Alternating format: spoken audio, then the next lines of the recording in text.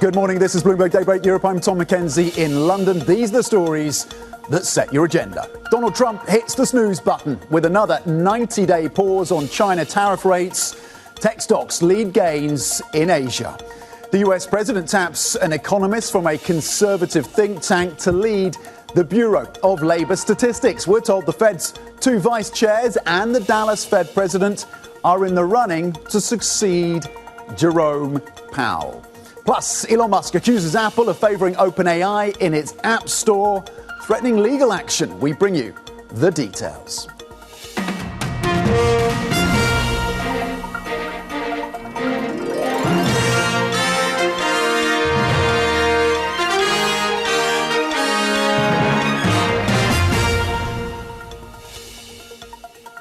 Good morning, happy Tuesday. So a couple of catalysts then coming through for these markets in terms of the tech story, with President Trump suggesting that he is open to some sales of those chips, of those AI accelerators into the Chinese market. Of course, we also had that extension by 90 days in terms of the conversations and the negotiation between the US and China. And then specifically, one corporate, Micron, standing out yesterday with an upgrade to its forecast as well. So those are the catalysts feeding into the brighter picture across these equity markets after a bit of downside pressure across European equities by the end of the close yesterday and a flat close for US markets. Today, European futures pointing higher by 0.5%. Here in the UK, the FTSE 100 ahead of wage data, pointing higher by 20 points, up 0.2%. S&P futures then, again, after closing flat yesterday, pointing to gains of just 0.1%. And then Nasdaq 100 looking to add 34 points. Let's flip the board and look cross-asset. The US 10-year then at 4.28, largely unchanged. The data point of the day, of course, is US inflation. CPI data expected to tick up marginally. Look at the core data when it comes out later today, and the pass-through potentially from tariffs, the impact on consumers, and what that means for pricing around the Fed, with markets pricing in a little over 2 cuts by the end of the year for the Fed. Eurodollar at 116, up 0.1% on the single currency. Brent at $67 a barrel, up 0.5, so reversing some of the losses of yesterday. And gold, the yellow metal, also gaining 0.4%. The Asian session has been pretty strong. Let's flip the board and have a look. Cross-asset in terms of the broader picture on the benchmark over in Asia, gains of 0.6%, propelled by the strength coming through from the Nikkei. The Japanese index soaring 2.5% at fresh record highs. Japan coming back with a bang after a holiday yesterday. The HSA over in Hong Kong currently flat, and the Japanese yen also a beneficiary in terms of what's happening in terms of the equity markets, a weaker yen, and that is propelling the gains as well. Another catalyst for upside for Japanese stocks. The yen softer by 0.1%. So President Trump has signed an executive order extending the US tariff truce with China for 90 days. Not a huge surprise, but nonetheless giving some clarity for the markets. Earlier, the president also signaled he is open to allowing Nvidia to sell China a scaled-back version of its most advanced AI chip. For more, let's bring in Bloomberg's China correspondent, Minmin Lo, with the details. Minmin, a busy day then for you and the team. What do we know about the terms of this US-China truce extension? Not a big surprise, but nonetheless, the 90-day extension is there. It takes us up until November. Yes, not a surprise, and essentially it maintains the status quo, whatever had been decided at the Geneva trade deal. China put out a statement saying that they are continuing to suspend some of the non-tariff retaliatory measures, such as the export controls on a number of U.S. defense contractors, but the tariffs remain the same for now for another 90 days. So essentially it's kicking the can down the road, buying the two sides more time as they work out the final details of a potentially a larger trade deal.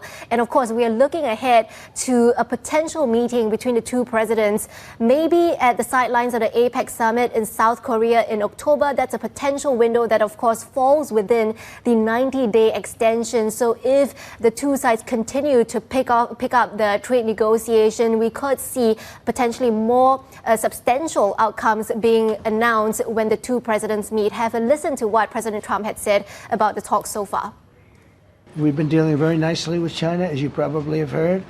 They have tremendous tariffs that they're paying to the United States of America. The relationship is very good with President Xi and myself. So there are still quite a number of issues on the table, right? Of course, China wants the U.S. to remove all of that fentanyl-related tariff, the 20% tariff on Chinese goods. China has also been pushing for the rolling back of these tech curbs. President Trump, on his part, has posted on Truth Social yesterday calling for the quadrupling of Chinese purchases of U.S. soybean. And of course, there has been an ongoing secondary tariff threat on China as well for its purchase of Russian oil. All of these things still on the table for discussion. OK, and meanwhile, we heard from the US president, of course, Donald Trump, suggesting that he would be open to letting Nvidia sell a scaled-back version of its most advanced Blackwell AI chip to China. We're getting red headlines crossing right now across the Bloomberg. This is a Bloomberg scoop that at the same time, or at least shortly after what we heard from President Trump, China has in fact been urging its own companies not to use Nvidia's H20 chips in new guidance. This, again, is according to Bloomberg reporting. I've got more details on this.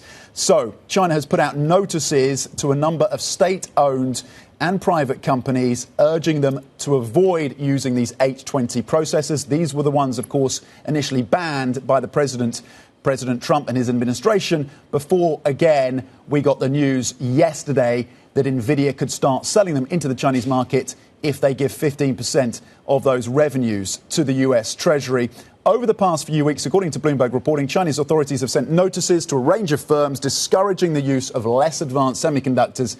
This, again, according to people familiar with the matter. Min, this is a response from China. It firms up what we expected, what had been signalled from state media and state media affiliated blogs yesterday, suggesting that China has concerns about national security risks that they claim are associated with some of these chips. They have suggested there are backdoors, for example, in some of these Nvidia chips. Certainly that has been a concern that's been flagged. And now we have confirmation that China has been sending out official notices. How significant is this? Yeah, definitely very significant. The timing as well, very significant, coming on the day when President Trump had announced the extension of the trade truce. And we know China had been pushing so hard for the rolling back of these tech curbs. And clearly, China doesn't see the reversal of the decision to sell H20 chips to China as a win or a concession at all. And this comes as U.S. officials had been publicly calling for the installation of these location tracking capabilities in the chips that are being sold to China. You add to that, H20 isn't even the most advanced chips that the U.S. has. And so China had repeatedly, through its state media, signaled that it's opposed to these sort of backdoor to the U.S. government, and also saying that the H20 chips are not the most efficient chips out there. It remains to be seen whether or not the sale of the Blackwell line of products, because it's more advanced, whether that is enough to appease Beijing to put aside some of these security concerns. Because, of course, on the U.S. side, President Trump has shown a willingness to put aside national security concerns for a price. If Nvidia pays them, 15% of the China sales revenue, they had been open to sell those, to issue those export licenses for the H20 chips. Now, of course, the big question is, is chip still at the center of this trade tussle between the two sides? Will China still want any of the chips that U.S. can offer if the security concerns are not addressed? That's a big question. And of course, China will likely continue to pour in more resources to double down on its self-reliance and self-sufficiency push. Indeed, as they try to ensure that Huawei builds out its footprint when it comes to semiconductors, of course, focused on AI, and those AI accelerators coming from the likes of HiSilicon within Huawei as well. Min Lo in Hong Kong with the latest. Min, thank you very much indeed. Meanwhile, President Trump has named E.J. Antoni to lead the Bureau of Labour Statistics, the BLS, after firing the previous chief, of course, following weak data.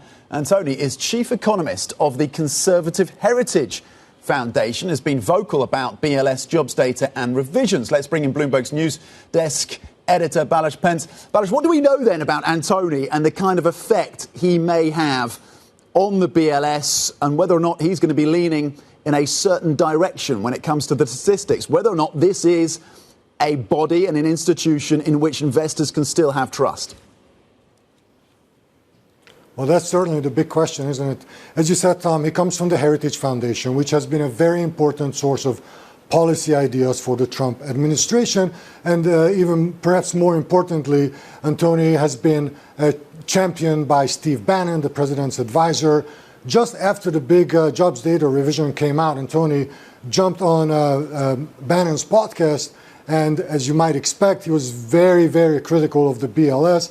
He called for a top-to-bottom review of all the processes at the Statistics Agency. He called for more transparency. He called for a complete revision of everything the agency does.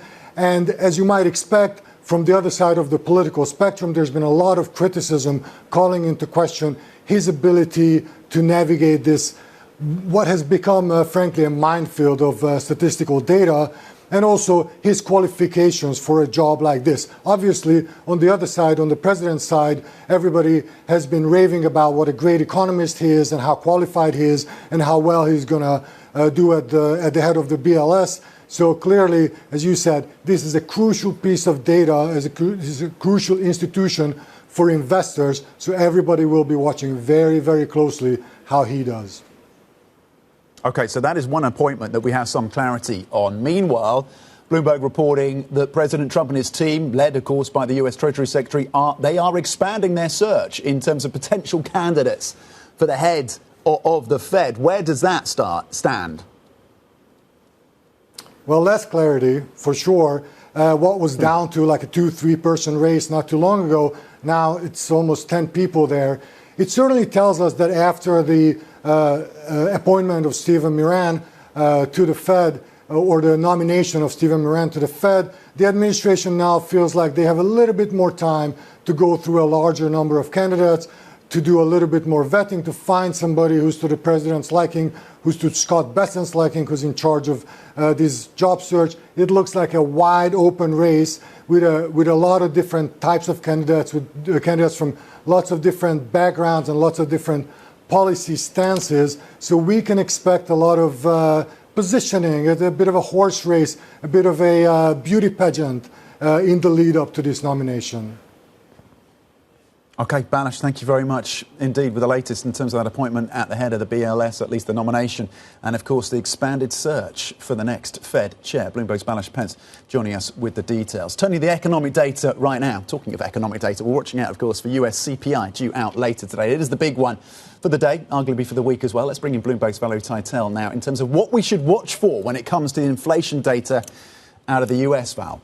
Tom, it's going to be a big one, biggest data print of the week, arguably the month after that payroll miss just a few weeks ago. Core CPI month on month is really where the drama and where the market attention is going to be. It came in soft last time around at 0.2%. It is expected to tick up to 0.3%. But Tom, the market reaction could really be based more on what components drove the core CPI. Remember last month, it was really this beginning evidence that this tariff-induced inflation, the tariff pass-through, is starting to show up in some key components. These are the four components that saw a decent pickup due to tariffs in last month's print. Now, Tom, we can get a different narrative today. Perhaps these components don't show any increased inflation impulse, and that could be an argument that Waller or Bowman can lead on to argue that tariffs are a one-off price impacts onto CPI, or we could see a continued price increase in some of these components, backing the more hawkish members of the FOMC and saying that tariff-induced inflation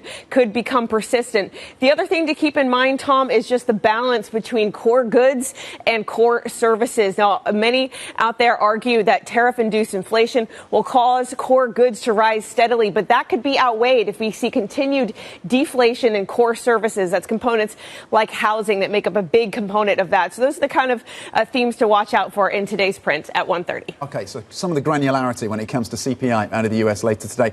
Gold, meanwhile, Val, you got your eye on the yellow metal. Took a bit of a knock yesterday, but a turnaround today.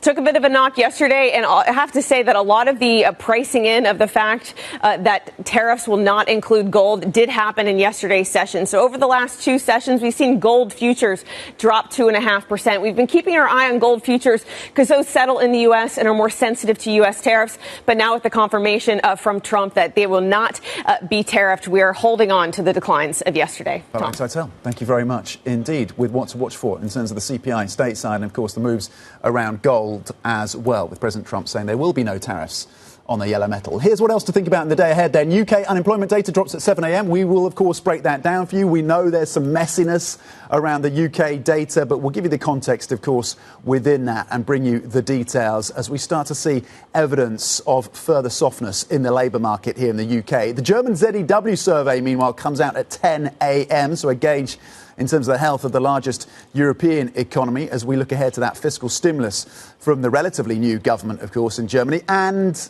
the big one in terms of the data front, it is the US July CPI data, 1:30 p.m. UK time. We will, of course, break that down for you and give you all the details and market reaction. You can get a roundup of the stories you need to know to get your day going in today's edition of Daybreak. Terminal subscribers can go to DAYB Go on the terminal. Front and centre, it is the extension of that deadline in terms of those US-China talks.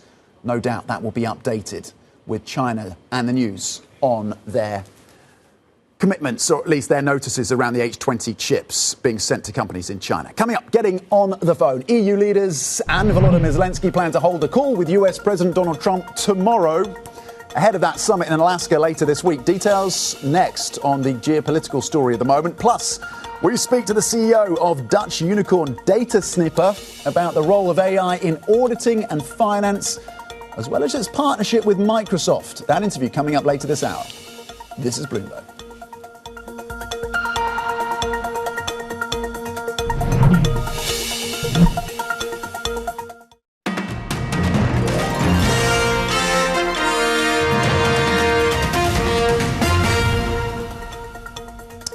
Welcome back to Bloomberg Daybreak Europe. Now, EU leaders and Ukrainian President Volodymyr Zelensky plan to hold a call with US President Donald Trump tomorrow.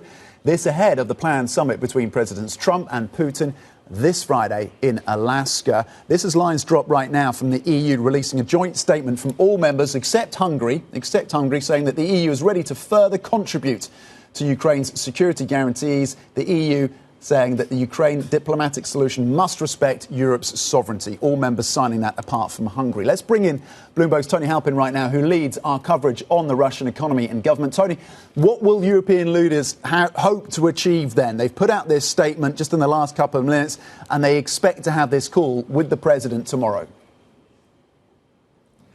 Yes, morning, Tom. Well, I mean, they're pretty much resigned to the fact that Trump is going to meet Putin on his own without Zelensky or a Ukrainian presence at all. And that's always been pretty much their nightmare scenario. So they're hoping to now influence Trump to make clear what they would consider to be unacceptable concessions based around sovereignty and territorial integrity before he gets to sit down with Putin and hear what the Russian leader has to say. What they're really concerned about is that he might make too many concessions in the discussions with Putin that makes it very difficult then either for Europeans to back that deal or for Zelensky to sell it to his people at home. And Trump, meanwhile, yesterday, being asked about this meeting with Vladimir Putin in Alaska on Friday and seemingly downplaying expectations for what may come out of that. Yes, I mean, we have to remember that, Trump is focused on one thing, really, which is to achieve a ceasefire. He came to power promising to end the war, and he's less concerned with the European worries about sovereignty and territorial integrity. So he wants to see what Putin has to say. He downplays the expectations because maybe, as he said, that there won't be an opportunity to reach a deal and he'll have to walk away. But I think the fact that he and Putin are meeting after 6 months indicates that both sides believe that there is something on the table that they might be able to reach agreement on. And so he wants to test that thesis when he sits down with Putin in Alaska. Tony, what is our understanding of the Kremlin's expectations for this summit? Well, the Kremlin's pretty happy, actually. I mean, Putin has been pressing for direct talks with President Trump for some time now. He's now got that. He hasn't had to concede a ceasefire in order to get that sit down. So he comes from a position of strength. His forces on the battlefield are advancing in Ukraine. He's managed to sideline Ukraine's leader and the Europeans. He gets to sit down directly with Trump and make his case for why he should be given this land that he's already occupying and has occupied now for a number of years. Bloomberg, Tony Halpin, thank you very much indeed on the expectations from both sides leading up to this summit, of course, on Friday. Tony, thank you. Coming up, Spain's second largest bank, when a switch focus, BBVA, is sticking with its takeover bid for Banco Sabadell. We're going to bring you the details next on that Spanish banking story that continues to evolve. This is Bloomberg.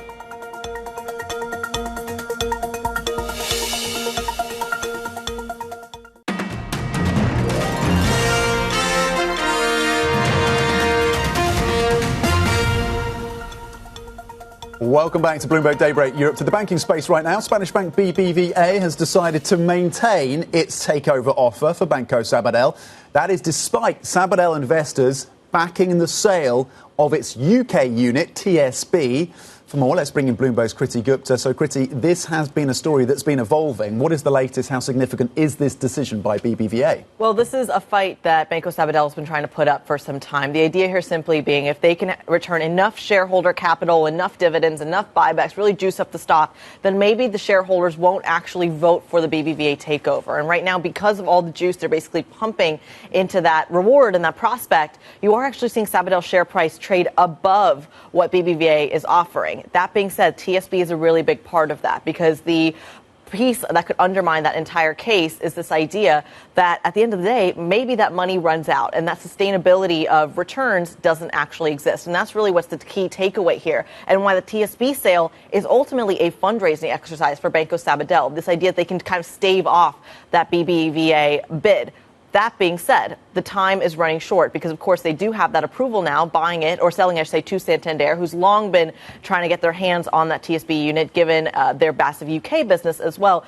BBVA is now going to take over that tender period starting in September. So you have about a few weeks' time for Sabadell to really make their case before shareholders ultimately have to make that decision. Where do regulators sit in this whole dance between these banks at this point? The question is the regulators where? The regulators in Brussels or Team BBVA? They're team consolidation. This is a conversation that's been going on for quite some time with the idea that banking consolidation is the predecessor, the precursor to something like capital markets union, a more unified banking approach, loan loss provisions, etc. Regulators in Spain have a very different perspective of the whole thing. They're looking at this as Banco Sabadell, which is really catering to small, medium-sized companies, catering to a good chunk of the workforce, specifically in Catalonia as well, and branches that they say BBVA is going to get rid of, given their expertise in digital banking. So it's, again, two different teams. Ultimately is coming down to Brussels versus Madrid in a story that really started out with Brussels versus Barcelona. Okay, it's those domestic concerns, once again, putting a bit of a spanner in the works when it comes to banking union. Okay, we watched for the latest then in terms of how this story continues to adjust with the latest that BBVA is maintaining that bid. With the details and the context, Kriti Gupta, thank you very much indeed. Anchor, of course, of the opening trade. Now to some other stories making the news this Tuesday. Norway's $1.9 trillion sovereign wealth fund has divested from 11 Israeli companies and is terminating all contracts with external managers in Israel following public outcry over its investments linked to the war in Gaza. Norges Bank Investment Management held stock in some 61 Israeli companies as of the end of June this year. Offshore wind farm developer Ørsted plunged the most on record yesterday as investors digested a planned rights issue that's effectively a handout from and by the Danish government. The company lost nearly 1/3 of its value after announcing it would sell shares. The wind pioneer hopes to raise $9.3 billion from the issuance. Coming up, Tesla CEO Elon Musk accuses Apple of favoritism towards Sam Altman's OpenAI in the company's App Store. That story is next. A tech roundup. We'll check in on the markets right now. Futures a little softer than they had been at the start of the morning, at the start of this show, on the news that China has put out notices to some of its biggest companies urging them not to purchase Nvidia's H20 chips. So semiconductors and chips back in focus for these markets. Plenty more coming up. This is Bloomberg.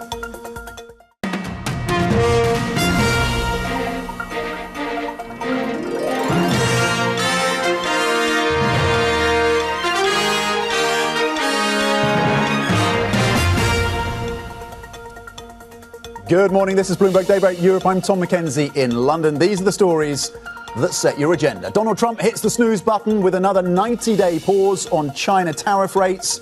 Tech stocks point higher in Asia. The US president taps an economist from a conservative think tank to lead the Bureau of Labor Statistics. We are told the Fed's two vice chairs, meanwhile, and the Dallas Fed president are in the running to succeed Jerome Powell. Plus, Elon Musk accuses Apple of favoring OpenAI in its App Store, threatening legal action. We're going to bring you the details on that. Let's get to the markets right now, with the other factor feeding through to the equity markets being the Bloomberg scoop that China has sent notices to many of its biggest state-owned and some private companies as well, urging them not to buy and use Nvidia's H20 AI accelerators. That is weighing on US futures. S&P E-minis had been higher prior to that news, now flat after a session that saw losses of around 0.2 yesterday. Nasdaq 100 futures a little softer as well, just down 0.1%. European futures still pointing high by 0.3. FTSE 100 futures ahead of wage data later, 7 a.m. UK time, currently pointed gains of 14 points. Let's flip the board and have a look cross-asset. The data point of the day is CPI and inflation out of the US, with expectations that you will start to see evidence of the feed-through of tariffs and a potential impact on consumers. That data expected to edge up month on month. The 10-year currently yielding 4.27, euro dollar at 1.16. Brent's slightly higher after the losses of yesterday by 0.4%. Gold also getting a lift up 0.3%, currently at $3,353 per troy ounce. So, within the last few minutes, China has urged local companies to avoid using Nvidia's H20 processors, as I mentioned, particularly for government-related purposes. Joining me now for more and a roundup of some of the other big tech stories is Bloomberg's Ed Ludlow here in London, and of course the anchor of Bloomberg Tech stateside as well. Ed, let's start with the latest line then, the Bloomberg scoop on the H20. We'd been seeing moves by China to pour scepticism and to put question marks over the H20. Now it seems it's official. They've been sending out notices to some of the biggest companies. How significant do you think this is from the Chinese perspective, and what it means for Nvidia and AMD's prospects? Well, it's significant from the Chinese perspective because look at the reaction of China's semiconductor industry in the session, Hong Kong listed and domestic. Those stocks are jumping because the idea is that this doesn't directly correlate to the events of the last 24 hours. It has nothing to do with Nvidia and AMD splitting revenues from China with the US government. These advisories, their guidance, first of all, not binding. They went out in the last few weeks, so it kind of predates the events of the White House yesterday.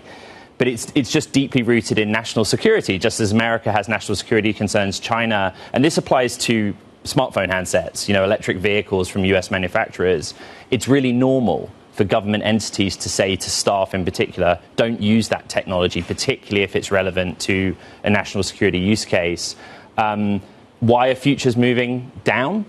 Because analysts in recent weeks have really baked in billions of dollars of Nvidia H20 revenue very soon. And that just puts that into doubt. And given the market cap of Nvidia, you might see it go the other way. So there's now a big question mark around those billions that maybe some had hoped that Nvidia and AMD would be harvesting from the Chinese market, as export licenses maybe would be approved under the new terms of the Trump administration. But you're absolutely right. The national security focus, they have not been walking back from that in China. Meanwhile, in terms of, and switching focus slightly, the latest in terms of the feud, I mean, partly it's a feud being extended again between Musk and Sam Altman, but more directly, at least in the moment, targeted at Apple. How significant do you think this is? Musk is threatening legal action over the App Store and the positioning of Grok versus GPT. Musk is historically litigious when it comes to him trying to advance his companies and interests. What happened while we were all asleep is that XAI put a fresh version of the Grok app on the App Store. The claim that Elon Musk is making is that Apple, in sort of some affirmative action, influences the rankings on the App Store. How Apple actually does it, based on their public disclosures, is that if you go on top 3 apps, it's done by volume downloads, velocity of downloads. There's metadata relating to how developers do it. But he's clearly aggrieved that ChatGPT, which is OpenAI's generative AI tool, is number 1, and Grok is currently number 5. And he has basically said that he'll bring a legal action under the umbrella of antitrust. Apple has not commented publicly, but again, you can find the parameters by which Apple and Apple algorithm does rank things on the App Store pretty easily out there. And as for Mr. Musk and Sam Altman weighed in as well, they got beef. So that's all quite known in the public domain. They got beef. OK, we'll see if there is an official response from Apple. But looping back to the tech story, but with a focus on a different component, which is Intel and the still relatively new CEO. So Lip Bhutan, who, of course, has been under pressure, I mean, pretty direct pressure from President Trump as of last week. That mood President Trump, after a meeting with the CEO of Intel, seems to have kind of adjusted his views. Things can change very quickly, and Intel were very quick to put out this statement about how constructive the meeting was. You know, on paper, like, Intel is everything that the administration is looking for. An American company who is trying to bring industry, manufacturing of something back to the country. They already have a very large manufacturing footprint. It's just that they are frankly not very good at it. You know, they're behind at the cutting edge of making chips. Lip-Bu Tan is frankly a legend in the semiconductor industry for like 40 years worth of legend. And he has had historic ties to China as a venture capitalist, making investments in Chinese startups, and is the CEO of a company called Cadence, where he was investigated, frankly, for supplying technology which China, it's alleged, was used in a military context. So the president's met with him. They plan cabinet meetings going forward. Not sure what that means. But in terms of what America is doing with the semiconductor industry, particularly inviting foreign entities, Samsung and TSMC, to ramp up capacity in states like Texas and in Arizona, you know, on paper, Intel should be there or thereabouts. And that's how the narrative's changed with Intel under Lip-Bu. And it feels like there's going to be more to come in terms of how that story evolves as well. But the pressure, at least for now, easing on the CEO and the head of Intel, given the comments from the president. Ed Ludlow, fantastic. Thank you very much indeed with that tech roundup. Of course, the anchor of Bloomberg Technology, joining us in the studio here in London. Now to some other stories making the news this Tuesday. Staying on the tech space, Micron raising its fiscal fourth quarter sales and profit outlook, citing stronger DRAM prices and high bandwidth memory demand. Shares closed more than 4% higher after it said revenue is now seen up to $11.3 billion. Micron has been one of the best performing chip stocks this year. And Ford has unveiled a $5 billion plan for a new line of budget electric vehicles, starting with a $30,000 pickup truck set to roll out in 2027. CEO Jim Farley calls it a bet to take on Chinese rivals, warning there are no guarantees in the unpredictable US EV market. The plan includes a $2 billion overhaul of Ford's Louisville plant. Paramount is buying the exclusive rights to show all events from the Ultimate Fighting Championship in the US. The 7-year deal is worth $7.7 billion and bolsters the Paramount Plus streaming service. Paramount says it will also look at buying international rights in the future as they become available. And after a strong start to the year, UK GDP figures are likely to show that the economy here slowed sharply in the second quarter. We're going to get the latest in terms of employment data today and GDP on Thursday, with economists warning about the effects of higher taxes on growth. We can speak now with Bloomberg opinion columnist Rosa Prince in terms of what to think about when it comes to the data front here in the UK. So, Rosa, UK GDP remaining a problem, a challenge for the Chancellor, a challenge for the Prime Minister, and so far a lack of evidence that we're really being able to turbocharge this economy. Yeah, if you look back to the end of last year, just after the budget, the government really put everything they had into growth. That was the big ambition. The economy was going to be boosted by growth. And as you say, that went quite well at the beginning of the year, but really has come to a halt now.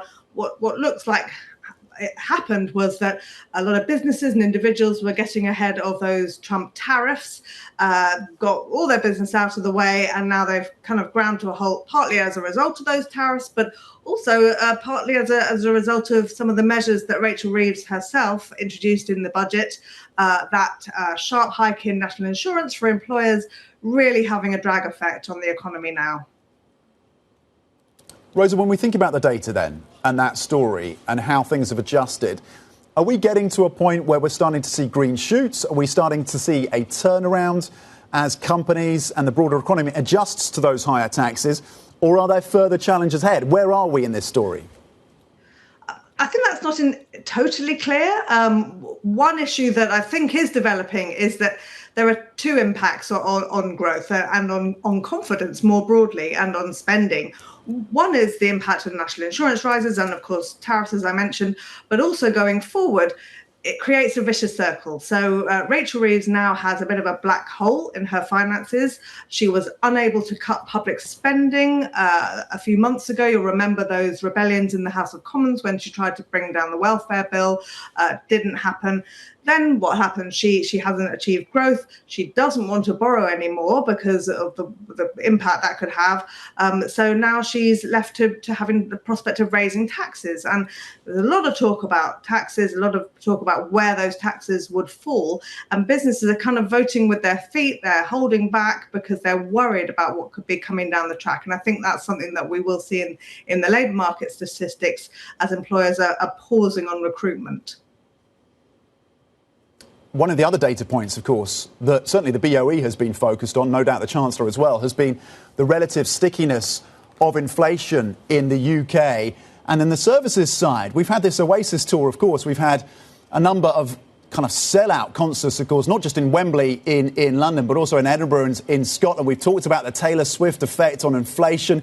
Is there an Oasis effect on inflation? Is this something where the Chancellor may be thinking, I'm going to look back in anger on this? Yes, terrible pun. Yeah, I mean, you would think that something like a big concert would actually have a beneficial impact on the economy. You think, we should all be spending, that's a good thing. Actually, what looks like happening is a lot of people save money elsewhere. So they'll say, oh, okay, well, I'll go see Oasis, and that means I won't go on my staycation holiday instead. And therefore, what can happen is that there's an inflationary impact, as you say. Look at the tours right now in Scotland. It's coinciding with the Edinburgh Festival, and that's the worst possible time, because what it means is that hotel prices are going up, and the current inflationary drive is very much on food, on retail and hospitality. And so the last thing that economists really want is for everyone to go to see Oasis, I'm afraid. That's exactly the same problem that manifested with the Taylor Swift tour last year. So yes, I think Rachel Reeves is currently looking back in anger. OK, Bloomberg opinion columnist Rosa Prince. Thank you very much indeed for picking up on my terrible pun as well. Rosa, thank you for the details in terms of what to think about UK data and maybe the inflationary impacts of that Oasis tour as well. Coming up, how AI is being used in auditing and finance. We're going to speak to the CEO of Dutch unicorn, Datasnipper, about how that company is helping with precision and speed and its partnership with Microsoft. That conversation is coming up. This is Bloomberg.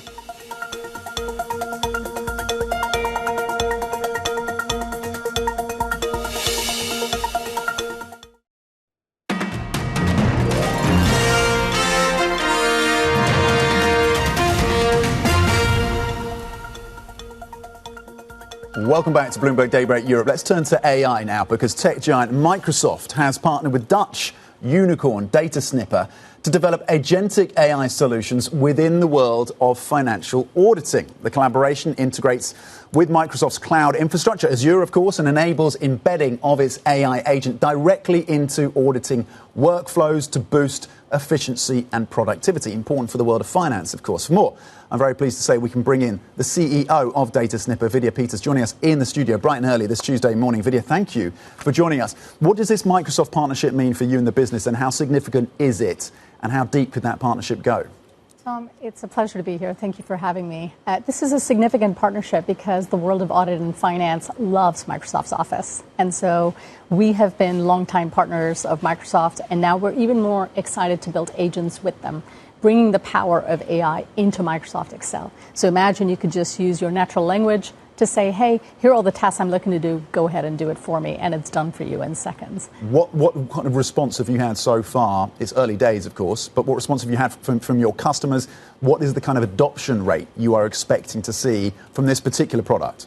The customers are hungry to bring more AI into their day-to-day work. Why is that? Because there's a massive talent shortage in audit and finance. Most people don't realize that most audit and finance teams are struggling to fill the roles that they have open. There are fewer and fewer people graduating with a degree in accounting. And so we have these firms, our customers, trying to do more with less, to be more efficient, to reduce the level of errors and flaws that they have with limited resources. And so we actually find that 60% of our new customers are choosing our AI products, which is just a phenomenal adoption rate. Where is within the segments that you focus on in terms of the client base, where is the fastest adoption at this point? We're watching customers, large and small, adopt them, but we actually find that the smaller teams tend to be more innovative, more risk-taking, and they're willing to bring in technology because they just have fewer resources and they have to do more with less. What are the biggest bottlenecks right now?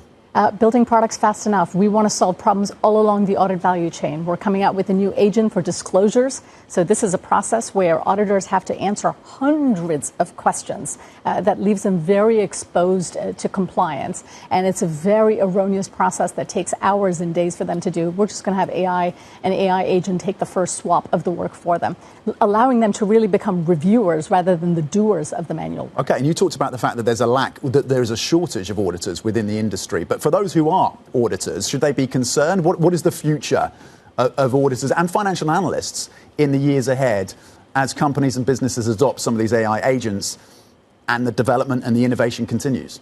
The world and the economy thrives on trust. You and I are able to function because we are able to trust the news information you publish, the earnings reports that we see. And we trust because there are armies of humans behind them that sign off on those audits, on those financial procedures. So I don't believe there is a world where there won't be an auditor signing off an audit or a finance team that doesn't actually stand behind a procedure. And so I believe AI will take away the manual work without actually replacing jobs completely. So you'll always have to have human in the loop for that trust layer? I mean, how are you balancing innovation with compliance, with risk, with data security, with trust?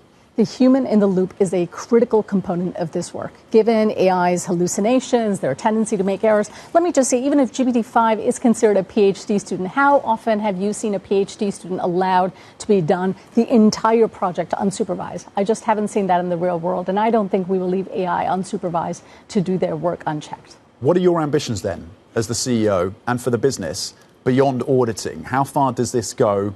What are your ambitions in 2-5 years' time, for example? The question is quite universal, which is how do I bring in data from the outside? How do I extract it? How do I analyze it, check it? And how do I always create a cross-reference for it? And so if I think of that, that is a multi-billion-dollar opportunity globally. It's not just audit, it's finance more broadly. And so I'm excited about the number of products that we still have to build. AI has given us the opportunity to innovate and solve many more problems than we ever could have before. And you're profitable now. Are you looking to do you need to fundraise if you're profitable? Do you want to be fundraising so you can expand into other markets? What are you thinking about in terms of the fundraising story, in terms of profitability, in terms of key markets? We have been profitable. We've always focused on growing the business sustainably. I do not need to fundraise. And so my focus is on innovating, building products, and continue to serve our customers globally. We have customers in over 170 countries. We have offices in New York, Tokyo, Kuala Lumpur, Amsterdam, and we have all of the resources we need to continue to build and grow. Priority markets regionally? Where does the US stand? The US is very important to us, as is Western Europe. And we're very proud to be very global. Okay, Vidya, thank you very much indeed on that partnership with Microsoft, Agentic AI, auditing and expanding beyond auditing into the broader financial space as well. Vidya Peters, CEO of Datasnipper, based in Amsterdam, the Netherlands, of course. There's plenty more coming up. We're going to be a preview of the CPI data. It's the data point of the day out of the US. We'll check in on crypto prices as well and the outperformance of the FTSE 100. Stay with us. This is Bloomberg.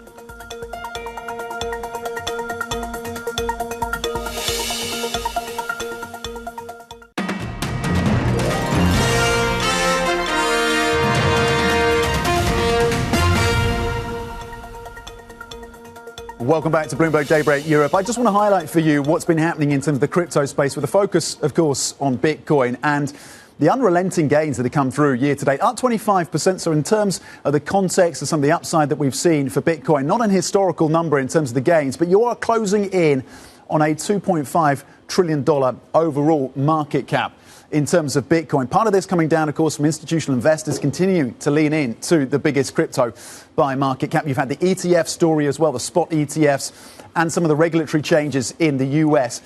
The gains continue to come through for Bitcoin. It's hard to see what derails this at this point, according to some of the views out there, at least. Corporate treasury buyers as well. Really interesting in terms of the numbers coming through. Digital asset treasury companies amassing a stockpile of $113 billion worth of Bitcoin. So just something to keep an eye on in terms of the further upside, maybe reaching that $2.5 trillion market cap for crypto and for Bitcoin. We're checking in on The stock story as well in the UK, the outperformance versus the stock 600 year to date, the outperformance versus the S&P 500. Of course, part of this is a valuation story. Part of this is down to the fact that some of these UK listed FTSE 100 companies have slightly less exposure to the tariff risk than some of their European counterparts.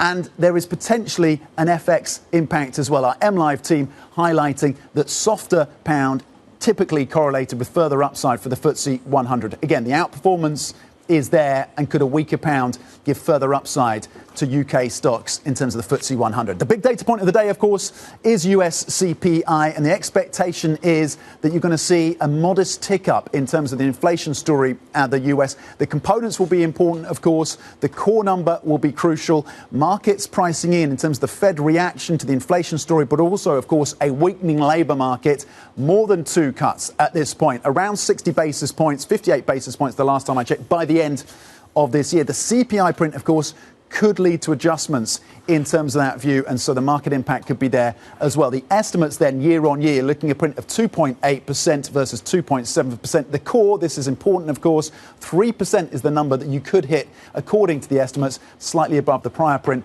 of 2.9%. On a month-on-month basis, you could be looking at a number of 0.3% when it comes to core CPI. The number's dropping at 1:30 UK time. In terms of the futures story, we've had the news out of China that they have sent out notices, advisory notices to some of the biggest companies, pushing them to think twice about buying Nvidia's H20. National security concerns in focus. So the stock story, the chip story, I should say, is back in focus for these markets. Nonetheless, European futures pointing higher by 0.3% after ending the day essentially flat yesterday. You saw a bit of pressure on US stocks by the end of the close, down 0.2%. Today, flat right now on the S&P 500. A similar pitch of the Nasdaq 100. Looking for more clarity, investors, it seems, when it comes to this semiconductor story. That truce between China and the US has been extended, of course, by 90 days. The next edition of Bloomberg Tech Europe, by the way, airs this week. We're going to be exploring how AI is changing the way we all work.